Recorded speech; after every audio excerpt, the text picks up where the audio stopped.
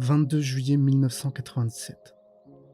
C'est la date à laquelle paraît pour la première fois dans le Weekly Shonen Jump One Piece.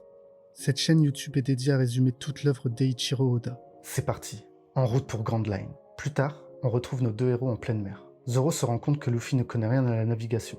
Luffy répond qu'il se laisse tout simplement porter par le courant et que d'ailleurs, Zoro étant un chasseur de primes, devrait savoir comment parcourir les océans. Zoro répond qu'il a pris la mer à la recherche d'un homme, mais qu'il n'a jamais su retrouver le chemin de son village. Zoro n'en revient pas et conseille à Luffy d'intégrer un navigateur à l'équipage au plus vite. Les deux meurent de faim et repèrent un oiseau. Luffy se propulse dans les airs pour l'attraper, mais se fait prendre dans le bec de l'oiseau. Zoro est choqué et se met à ramer le plus vite possible pour récupérer son capitaine. Sur la route, Zoro rencontre des naufragés, mais il est hors de question qu'il s'arrête. Son capitaine passe en premier. Les naufragés arrivent tant bien que mal à monter sur la barque. Ils sont 3 et armés. Ils font partie de l'équipage d'un certain Baggy le clown et sont bien décidés à braquer Zoro. Sur la page suivante, les 3 se sont fait corriger par Zoro et s'excusent d'avoir osé parler de la sorte. Il questionne les 3. Comment se fait-il qu'ils se soient retrouvés au milieu de l'océan? Un flashback apparaît. On y voit les 3 bandits devant un trésor. Ils aperçoivent un bateau naufragé. Dedans, une jeune fille rousse semble être mal en point. Elle use de son charme et demande à boire et à manger. Elle est même prête à offrir son or en échange. Ils acceptent, mais d'abord ils veulent vérifier le coffre. Ayant détourné leur attention, la jeune fille vole leur bateau ainsi que leur trésor. Le coffre était vide depuis le début. La fille distingue au loin un nuage et en fait une description très détaillée. Elle va même jusqu'à prédire parfaitement la météo. Bingo, l'orage a frappé les 3 bandits. De retour au présent, Zoro a bien compris que la jeune fille ferait une excellente navigatrice. Aussi, on apprend que leur capitaine, Baggy le clown, aurait mangé un fruit du démon. Justement, voici son navire, bien plus imposant que la barque de Luffy. On retrouve la jeune fille. Elle a volé la carte du Grand Line et se fait poursuivre par des pirates. Luffy se fait repérer par l'équipage ennemi et se prend un obus de plein fouet. Il tombe du ciel, se fracasse au sol et interrompt la course-poursuite. La fille et les 3 pirates sont choqués de voir qu'il a survécu sans une égratignure. Profitant de la situation, la jeune fille prétend que Luffy est son chef et s'enfuit. Luffy se retrouve seul face aux pirates. Un d'eux frappe Luffy d'un coup de poing au visage et son chapeau de paille s'envole. Luffy rétorque et met KO un des pirates. Il n'aurait pas dû abîmer son chapeau, qu'il considère comme un trésor. Il finit par mettre KO les 2 autres. La jeune fille, témoin de la scène, est impressionnée par Luffy. Elle se présente. Elle s'appelle Nami et est une voleuse de pirates. Elle demande à Luffy s'il veut faire équipe avec elle. Il n'est pas du tout intéressé et poursuit sa route. Nami est intriguée par le chapeau de Luffy. Pourquoi elle s'était mise dans un tel état pour un chapeau? Peut-être valait-il de l'or. Sur le toit d'une taverne, on fait la connaissance d'un pirate. Il a un nez de clown et porte du maquillage. Un de ces pirates a osé se moquer de son nez. Il dit être né avec et est furieux. Il arrive à étrangler son pirate à distance. Tout le monde est choqué. Il venait d'utiliser son fruit du démon. Sur cette page, on découvre Baggy le clown et ce qui semble être 2 de ses lieutenants. Baggy décide de faire sauter le pirate et le tue d'un coup de canon à bout portant. Il ordonne à son équipage de récupérer la carte de Grand Line à tout prix et de voler tous les objets de valeur de la ville. Dans le même temps, on retrouve Luffy et Nami dans une maison. Luffy explique qu'il s'est perdu à cause de l'oiseau. Il demande à en savoir plus sur le fameux Baggy. Nami répond que c'est un pirate célèbre pour son amour des canons, et on dit même qu'il aurait détruit une ville à coups de canon, juste parce qu'un enfant se serait moqué de son nez. De plus, il utiliserait des techniques très étranges. Nami fait part de son plan à Luffy. Elle compte rassembler 100 millions de berries pour acheter un village. Luffy est surpris, mais Nami insiste. Elle utilisera la carte de Grand Line qu'elle vient tout juste de voler, afin de réaliser son rêve. D'abord, elle va s'emparer du trésor de Baggy, puis elle continuera son périple sur Grand Line. Luffy se demande si Nami ne serait pas une navigatrice.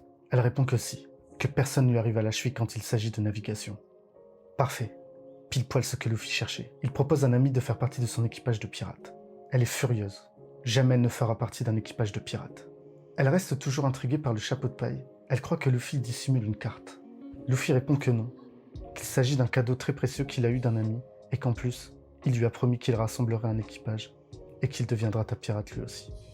Nami continue, et assure que s'il y a bien une chose qu'elle déteste en ce monde, c'est les pirates. Luffy insiste, et demande qu'elle devienne la navigatrice de son équipage. Nami est vicieuse, et a un plan derrière la tête. Elle acceptera, mais à une seule condition, que Luffy l'accompagne dans le repère de Baggy. Étant dans une impasse, Luffy accepte sans broncher. Les deux prennent la route, et Nami s'équipe d'une corde. Arrivée dans la rue, Nami piège Luffy et le ligote avec la corde. De retour sur Baggy, les 3 bandits de tout à l'heure lui annoncent avoir perdu la trace de Nami, et qu'en plus, elle était accompagnée de son chef, un type costaud avec un chapeau de paille.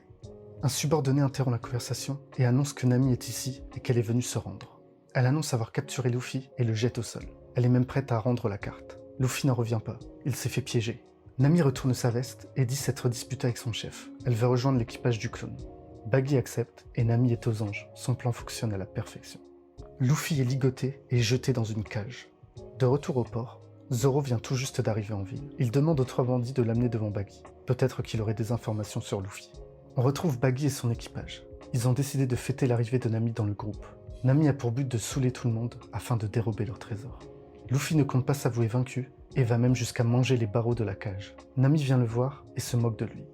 Luffy lui demande à manger car il meurt de faim. Malgré tout, Nami lui offre à manger et Luffy s'aperçoit qu'elle n'est pas si mauvaise que ça. Baggy arrive lui aussi devant la cage et nargue Luffy. Il lui dit qu'il a déjà décidé de son sort. En démonstration, il lui montre sa spéciale Baggy Ball, un coup de canon capable de raser une petite ville. Nami est choquée de ce qu'elle vient de voir. Baggy dit pouvoir régner sur Grand Line grâce à ses boules de canon et son fruit du démon. C'est maintenant au tour de Nami de prouver sa valeur. Baggy lui dit de tirer dans son ancien chef à coups de canon. Elle hésite et dit ne pas prêter attention à Luffy, mais de simplement continuer la fête. Baggy insiste et tout l'équipage l'encourage à tirer. Les yeux dans le vide, Nami se rend compte du pétrin dans lequel elle est. C'est soit elle, soit Luffy. Mais si elle se résout à tuer sans raison, alors elle ne vaudra pas mieux que les pirates qu'elle déteste. Baggy n'a pas le temps et lui met la pression. Luffy ne la quitte pas des yeux et va même jusqu'à dire que si elle hésite, c'est qu'elle n'est pas prête à affronter de vrais pirates. Nami ne comprend pas. Tuer de sang-froid ferait d'elle une vraie pirate? Bien sûr que non, lui dit Luffy. Être un vrai pirate, c'est être prêt à risquer sa vie. Un pirate de l'équipage de Baggy s'impatiente et s'apprête à allumer la mèche lui-même. Nami lève sa jupe et sort un bâton. Elle met KO le pirate. Baggy est furieux. Nami vient à peine de la rejoindre qu'elle commence déjà à lui désobéir. Nami dit avoir agi de cette façon car elle ne veut surtout pas passer pour une pirate, car ils ont ôté la vie de l'être qui lui était le plus cher. Luffy comprend la raison pour laquelle Nami déteste les pirates, mais pas le temps de parler. La mèche a pris feu et le coup de canon risque de partir à tout moment. Baggy ordonne à ses pirates d'attaquer Nami. C'est une course contre la montre. La mèche est sur le point de se terminer. Luffy ne lâche pas le morceau et continue de grignoter la cage. Nami frappe, mais elle ne fait pas le poids contre l'équipage de Baggy. Hors de question pour Luffy de mourir ici. Nami a fait son choix. Elle jette son bâton et se précipite sur la mèche. Elle l'éteint à main nue. L'armée de Baggy s'apprête à sauter sur elle. C'était sans compter sur l'arrivée de Zoro. Pas besoin de dégainer ses sabres pour s'occuper d'une armée aussi faible. Nami a l'air gênée et Luffy est heureux de retrouver Zoro. Ce dernier demande à Nami si elle est blessée et elle répond que tout va bien. Zoro est choqué. La dernière fois qu'il a vu Luffy, c'était dans le bec d'un oiseau. Et voilà maintenant qu'il se retrouve enfermé dans une cage. Nami n'en revient pas. Elle venait d'être sauvée par le fameux Zoro. Baggy intervient et demande à Zoro s'il est venu pour sa prime. Zoro répond que non, qu'il n'est plus intéressé par la chasse aux pirates. Baggy, lui, par contre, est très intéressé. Tuer Zoro pourrait grossir sa réputation. Baggy sort ses lames et Zoro fait de même. Baggy n'a même pas le temps de faire quoi que ce soit, qu'il se fait déjà trancher par Zoro.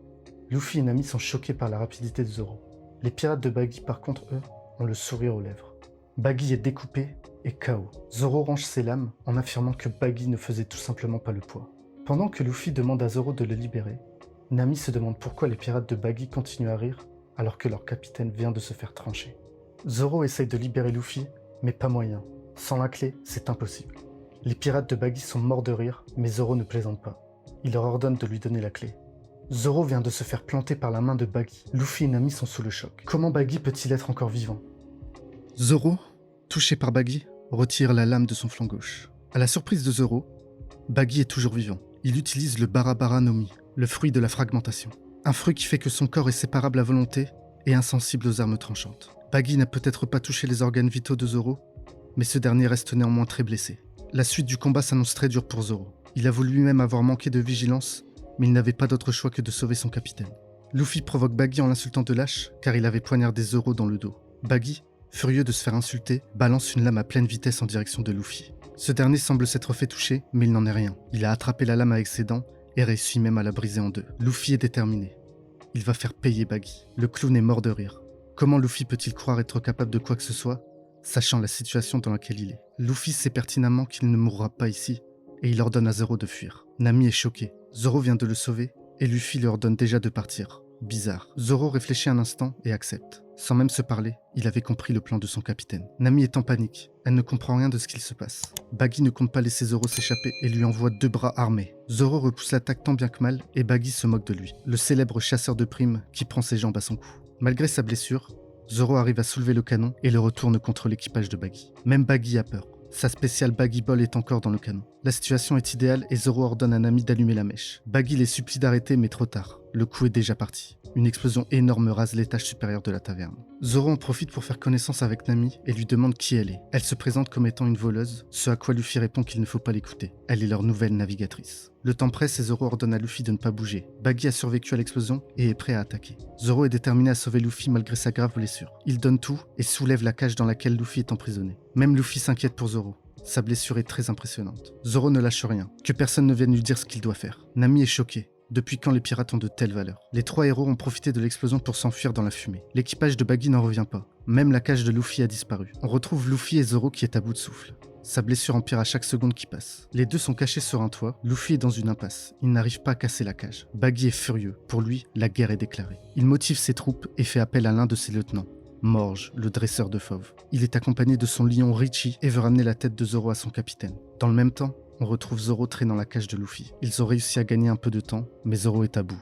Il n'en peut plus et tombe par terre. Nami fait son apparition et jette la clé de la cage. Zoro et Luffy sont soulagés, mais un chien qui se trouvait là avale la clé. Un flashback apparaît et on apprend que le propriétaire du chien a ouvert la boutique devant laquelle se trouvent nos héros. Il y a 3 mois, le propriétaire est parti afin de se soigner. Cependant, il a malheureusement succombé à la maladie. La boutique est le seul souvenir que possède le chien et c'est pourquoi il est prêt à tout afin de défendre son territoire. De retour au présent, le maire de la ville débarque. Il attrape Zoro et l'héberge afin de le soigner. Selon Zoro, un peu de sommeil lui suffira pour guérir. Un rugissement résonne dans la ville, celui de Richie, le lion de Morge. Ce dernier arrive devant la cage de Luffy et se présente. Profitant de l'absence de Zoro, il s'apprête à attaquer Luffy. Sans le vouloir, Chapeau de Paille le provoque en lui demandant pourquoi il porte un costume bizarre. Morge se met en colère et répond que ce n'est pas un costume, mais bien ses vrais cheveux. Morge dit pouvoir dresser n'importe quel animal et veut le prouver en domptant le chien, mais ce dernier ne se laisse pas faire et mord le dresseur de fauves. Morge est déterminé à trouver Zoro et demande à Luffy de lui dire où se cache le chasseur de primes. Luffy ne trahira jamais Zoro.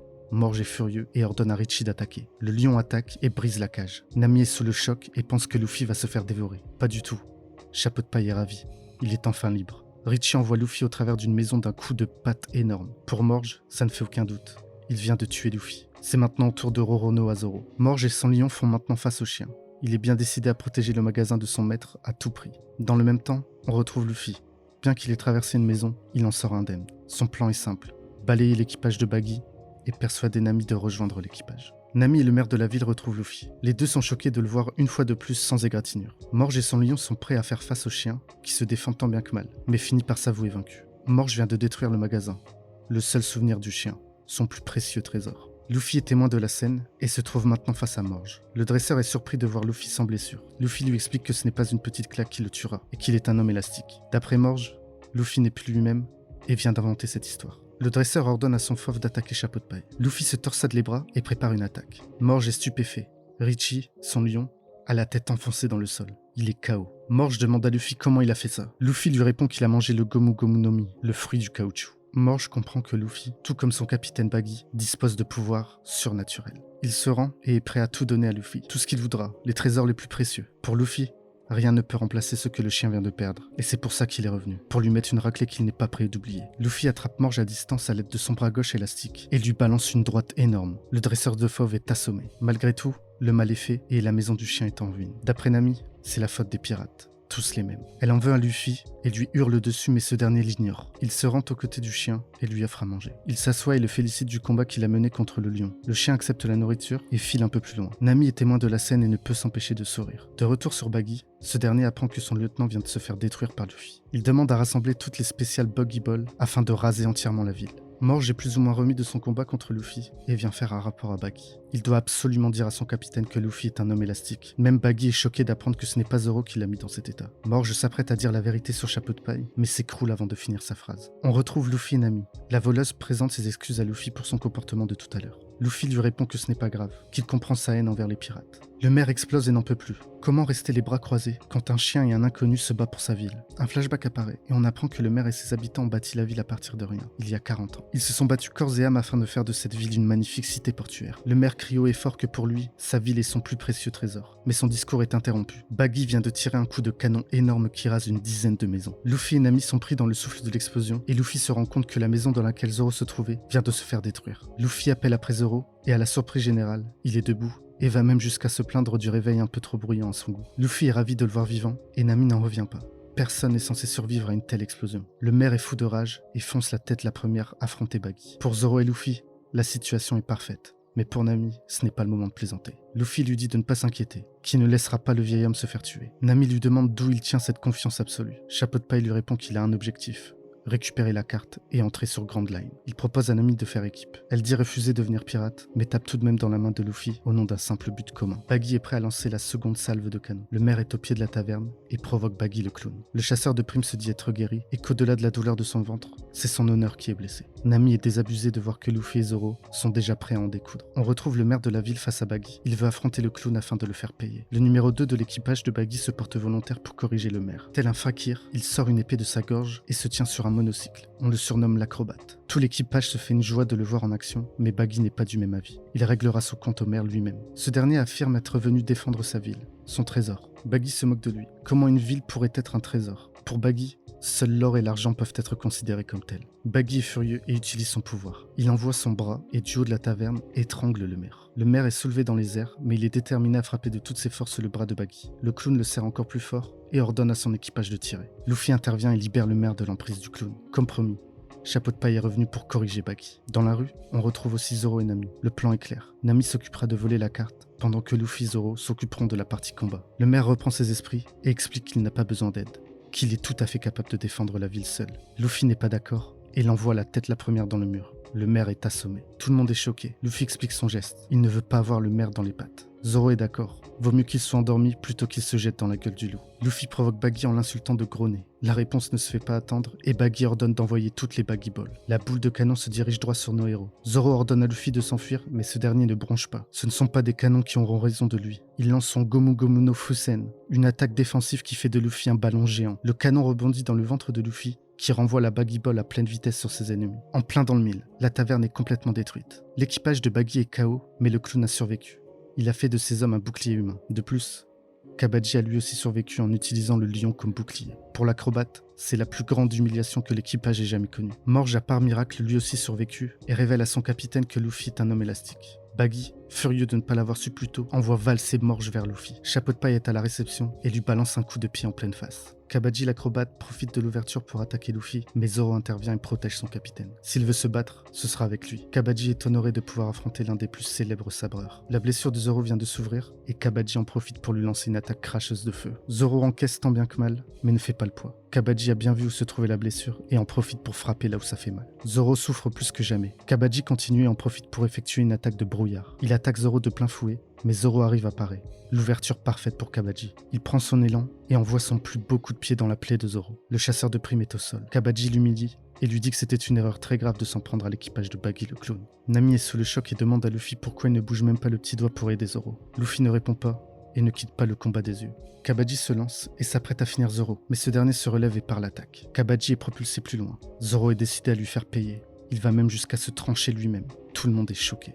Zoro est décidé à devenir le plus grand sabreur du monde. Kabaddi le traite de fou. Pour Zoro, c'est simple. Il a désormais un handicap et veut prouver que lui et Kabaddi ne jouent pas dans la même cour. Zoro, pour prouver sa vraie valeur, avait lui-même aggravé sa propre blessure.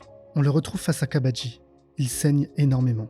Zoro est déterminé. À partir de maintenant, il ne perdra aucun combat, et encore moins contre un autre épéiste. Pour Kabaddi, il est impossible de perdre, surtout au vu de la blessure de Zoro. Hors de question pour notre héros que cette blessure le ralentisse face à un minable comme Kabaddi. Pendant ce temps, Nami compte bien profiter de la situation pour aller récupérer le trésor de Baggy en douce. Pour elle, peu importe qui gagne, ça n'a aucune importance. Elle promet tout de même que si Luffy parvient à retrouver la carte, elle sera disposée à faire équipe avec les chapeaux de paille. On retrouve Zoro et Kabaddi.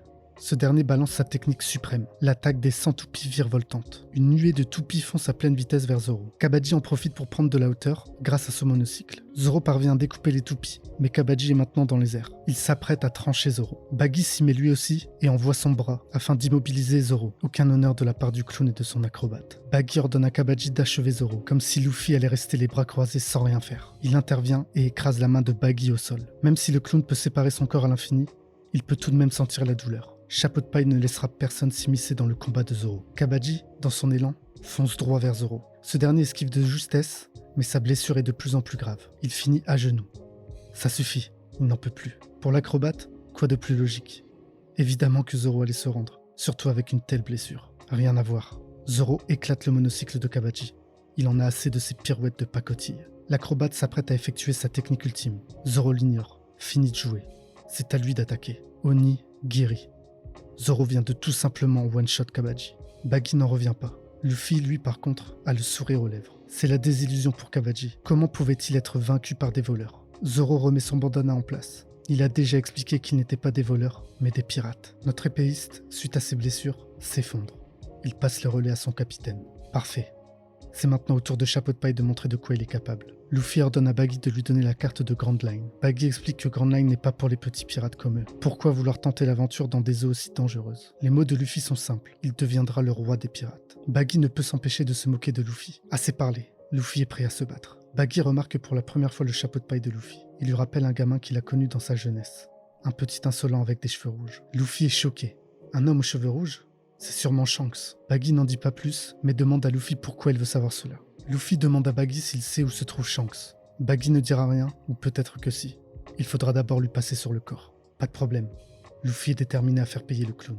Buggy sort des lames de ses chaussures et envoie ses jambes, tel un frisbee à pleine vitesse sur Luffy. Ce dernier saute et esquive. Buggy en profite pour l'attaquer. Impossible d'esquiver dans les airs. Encore une fois, Luffy esquive. Il envoie son bras élastique contre une poutre et évite les lames du clown. C'est maintenant au tour de Chapeau de Paille. Il envoie son Gomu Gomu no Pistol, mais Buggy esquive. Le clown en profite pour essayer de trancher le bras de Luffy, mais ce dernier rétracte son bras droit pour arriver à pleine vitesse sur le clown. Chapeau de Paille envoie son Gomu Gomu no Kama, une attaque faucille, mais Buggy utilise la fragmentation d'urgence pour séparer sa tête de son corps. Luffy, lancé à pleine vitesse, finit sa course dans une maison, mais se relève sans trop de problèmes. Buggy attaque de nouveau. Cette fois-ci, il envoie son Barabara haut. Une main armée de lames fonce droit sur Luffy. Ce dernier capte la main de justesse, mais Buggy a plus d'un tour dans son sac et sépare la main du poignet. La lame passe au ras du visage de Luffy et le balafre. Une fois de plus, Luffy est mis au tapis, mais cette fois-ci, c'en est trop. Buggy a osé abîmer son chapeau de paille. Luffy est hors de lui. Ce chapeau, c'est son trésor le plus précieux. Personne n'a le droit d'y toucher. Nami est témoin de la scène. Elle n'a jamais vu Luffy piquer de telle colère. Buggy prépare un mauvais coup. Il s'intéresse au chapeau de Luffy, mais en profite pour envoyer sa main pleine de lames dans le dos de ce dernier. Cette fois-ci,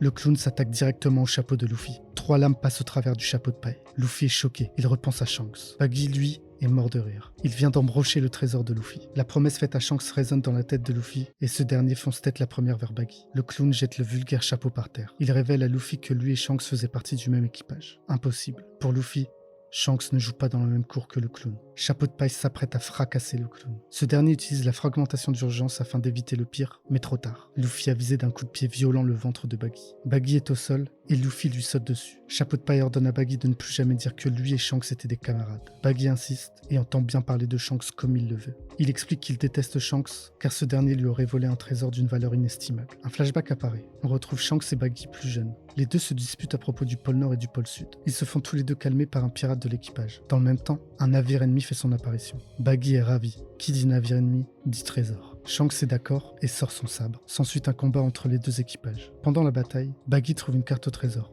C'est la première fois qu'il en voit une de ses propres yeux. Parfait, personne ne l'a vu. Il cache la carte. Il pourra enfin mener la vie de ses rêves. La nuit tombée, l'équipage de Shanks et Buggy ressortent vainqueurs. Shanks explique à Buggy qu'ils ont trouvé un trésor surprenant, un fruit du démon que transportait le navire ennemi. Celui qui le mange se voit doté d'un pouvoir surnaturel, mais perd la faculté de nager. Le capitaine a même autorisé l'un d'eux à manger le fruit. Pour Buggy, il faudrait vraiment être le dernier des idiots pour avaler un truc pareil. S'il perd la faculté de nager, aucune chance pour lui de dérober les trésors qui dorment au fond de l'océan. Shanks explique aussi que le fruit en question aurait une valeur de 100 millions de berries. Buggy n'en revient pas. 100 millions de berries. Une vraie fortune. Le lendemain, Buggy fait face à tout l'équipage. Il s'apprête à avaler le fruit du démon. Tout l'équipage l'y encourage et Buggy gobe le fruit. Encore un tour du clown. Il avait conçu un faux fruit dans la nuit afin de vendre le vrai fruit. Il jubile. Son plan se déroule à la perfection, mais Shanks le surprend dans son discours. Buggy n'a pas d'autre choix que de cacher le vrai fruit dans sa bouche. Shanks fait demi-tour et lui dit d'arrêter de voler de la nourriture. Ouf. Buggy l'a échappé belle. C'était sans compter sur Shanks qui revient surprendre Buggy. Cette fois-ci, saisi par la peur, il avale pour de vrai le fruit. Buggy est furieux. À cause de Shanks, il est voué à ne plus jamais nager. De plus, la carte au trésor s'envole et dans la panique, Buggy saute pour la rattraper, mais finit dans l'eau. Il se noie, mais Shanks intervient pour le sauver. De retour au présent, Luffy réagit à son histoire et dit tout simplement que Shanks lui a sauvé la vie. Buggy s'élance dans les airs et avertit que quiconque essaiera de voler ses trésors le paiera très cher. Il surprend Nami plus loin avec son trésor à la main. Il décide de l'attaquer et fonce vers la voleuse. Cependant, Luffy remarque que seul le haut du corps du clown est parti vers Nami. Il reste donc les jambes du clown et vous l'avez deviné, tout ce qui va avec. Luffy n'hésite pas une seconde et envoie un coup de pied dans les parties de Baggy. Ce dernier tombe par terre et Luffy lui rappelle que son adversaire, c'est lui. Bien conscient que Baggy risque de se relever, Luffy avertit Nami. Tant qu'elle aura le trésor du clown, il ne la lâchera pas. Nami refuse de laisser tomber son trésor. C'est une voleuse spécialisée dans les pirates. Baggy est furieux et se relève. Nami va payer pour avoir volé son trésor. Le clown utilise le Barabara Festival, une attaque qui sépare son corps en plusieurs dizaines de morceaux. L'attaque est impressionnante, mais elle a un point faible. Les pieds du clown sont cloués au sol. Baggy fonce armé de ses lames vers Nami, mais Luffy attrape le pied du clown. Il déchausse le pied de la chaussure et s'amuse à chatouiller Baggy. Le clown ne peut s'empêcher de rire et interrompt sa course. Luffy continue, mais cette fois-ci, il écrase le pied du clown contre le sol.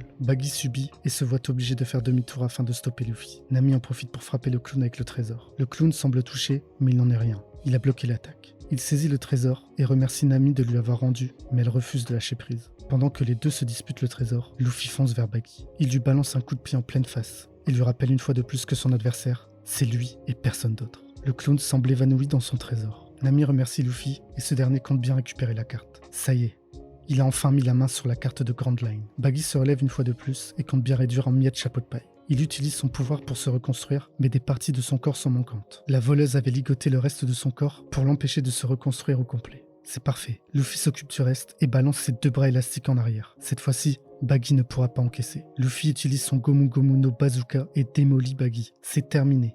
Victoire des chapeaux de paille. Nami est aux anges. Elle a enfin récupéré le trésor de Baggy. Luffy récupère son chapeau et va réveiller Zoro. Il explique qu'il s'est débarrassé de Baggy, qu'il a la carte de Grand Line et qu'il est maintenant temps de quitter la ville. Les habitants de la ville interrompent la conversation. Ils essayent de réveiller le maire afin de savoir qui est responsable de tout ce carnage. Luffy répond que c'est lui qui a mis KO le maire et les habitants, furieux, se mettent à poursuivre nos trois héros. Zoro, encore trop faible pour s'enfuir, se fait porter par son capitaine. Grâce à l'intervention du chien du dernier épisode, ils arrivent à semer les habitants. Ils sont maintenant dans le port et prêts à embarquer dans le bateau de Nami. Cependant, les trois voleurs que Nami avait arnaqués l'ont attendu pour la piéger. Luffy, qui escorte toujours Zoro, s'avance vers eux. L'un des pirates claque l'épéiste pour le réveiller. Zoro montre son visage et les trois bandits le reconnaissent. Apeurés, ils plongent dans la mer afin de s'enfuir. Dans le même temps, le maire de la ville se réveille. Un des habitants indique que nos trois héros sont partis en direction du port. Le maire fonce et demande à Luffy d'attendre. Il prend son souffle et crie sa joie. Il remercie les chapeaux de paille. Il n'oubliera jamais ce qu'ils ont fait pour lui et sa ville. Les deux bateaux voguent vers l'horizon. Une nouvelle aventure est sur le point de commencer.